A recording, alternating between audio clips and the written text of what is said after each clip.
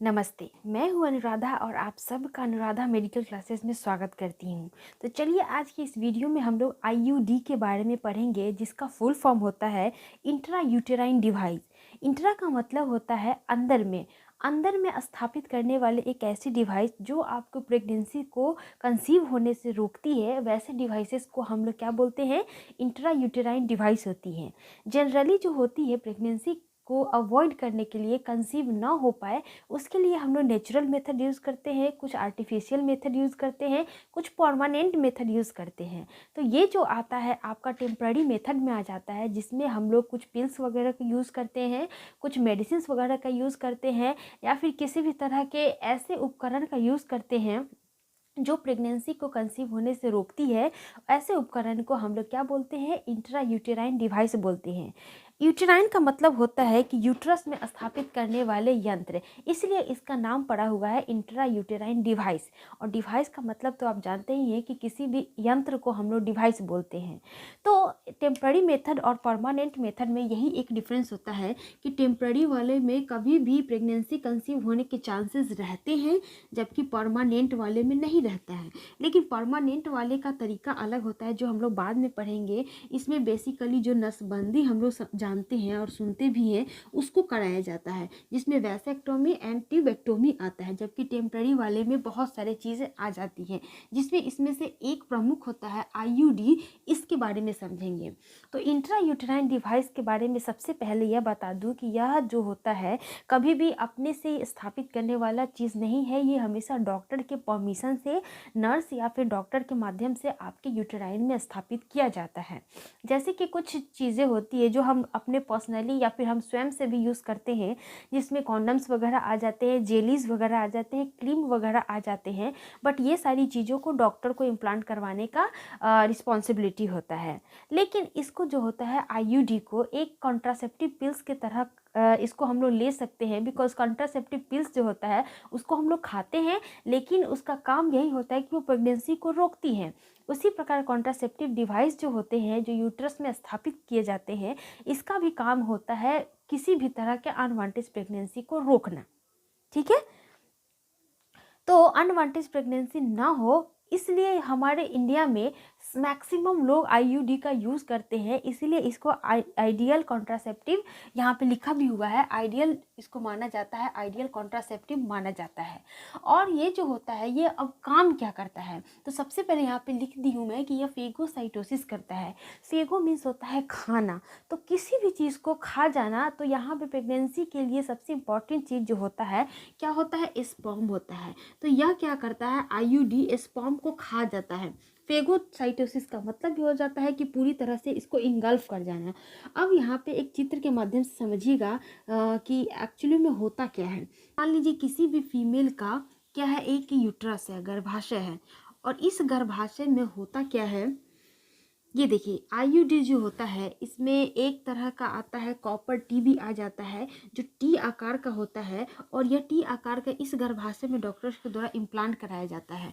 और नीचे में आपके क्या होती है? यह वेजाइना होती है। तो ये हम तो खुद से नहीं कर सकते ना, इसमें डॉक्टर का आवश्यकता तो पड़ता ही है।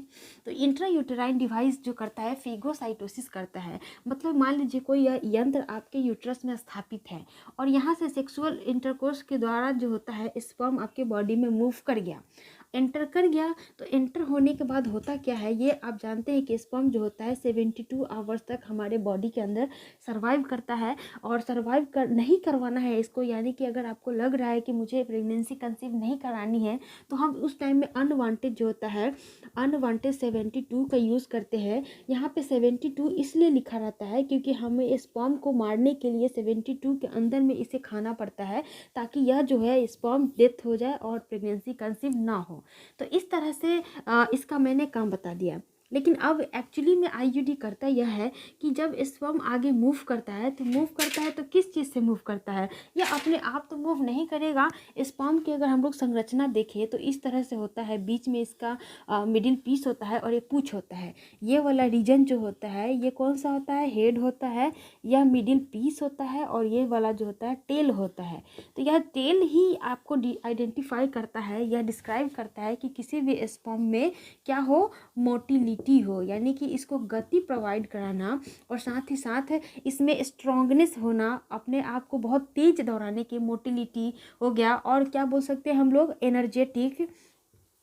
एनर्जेटिक जो होता है, यानी कि बहुत ज़्यादा ऊर्जावान बनाना, इस टेल का काम होता है। तो टेल जो होता है इसको मूव करा करके यहाँ वाले रीजन पे पहुँचाना होता है, क्योंकि फर्टिलाइजेशन जो होता है, निषेचन का जो प्रक्रिया होता है, यही इस्थमस एम्पुला वाले रीजन पे होता है।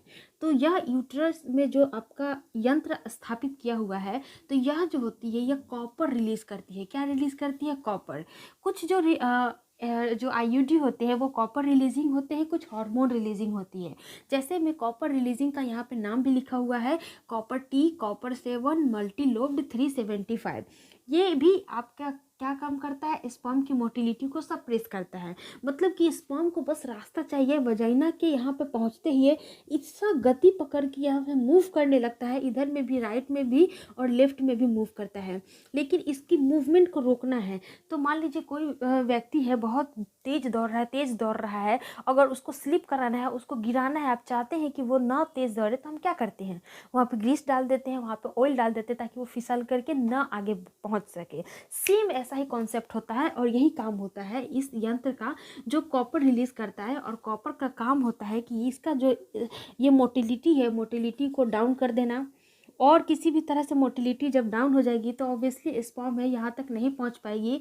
हो सकता है आधे रास्ते तक, यहाँ तक पहुँचते हुए भी वो इसकी मोटिलिटी कम हो जाए और फिर स्पर्म मर जाए। तो स्पर्म मर जाता है तो फिर वो वेस्ट हो जाता है। तो वेस्ट होने के बाद वो ऑटोमेटिक शरीर से बाहर वेस्ट प्रोडक्ट के फॉर्म में बाहर निकल जाता है। तो यह काम होता है आपके आईयूडी का। इसीलिए इसको आइडियल कॉन्ट्रासेप्टिव भी माना जाता है। जो पिल्स वगैरह होते हैं इसको भी आइडियल माना जाता है, क्योंकि इसके साइड इफ़ेक्ट्स बहुत कम होते हैं, ना के बराबर होते हैं।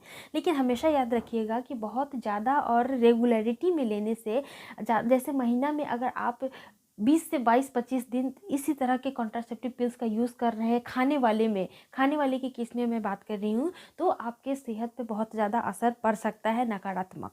ठीक है, तो आइए ये चीज़ भी समझ गए। मोस्ट वाइडली यूज किया जाता है, क्यों? क्योंकि ये इजीली अवेलेबल होता है, सस्ता होता है। इनफैक्ट हर मेडिसिन स्टोर पे आपको, जो मेडिकल स्टोर होते हैं वहाँ पे आपको मिल जाएगा आसानी से।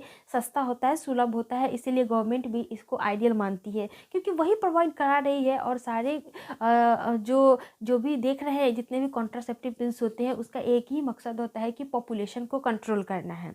तो हमारा तो वैसे भी इंडिया का पॉपुलेशन नंबर 1 पे आ चुका है, तो वैसे भी कॉन्ट्रासेप्टिव पिल्स का यूज़ करके हमें अपना दायित्व बनता है कि हम पॉपुलेशन को कंट्रोल करने में अपना अहम योगदान दें।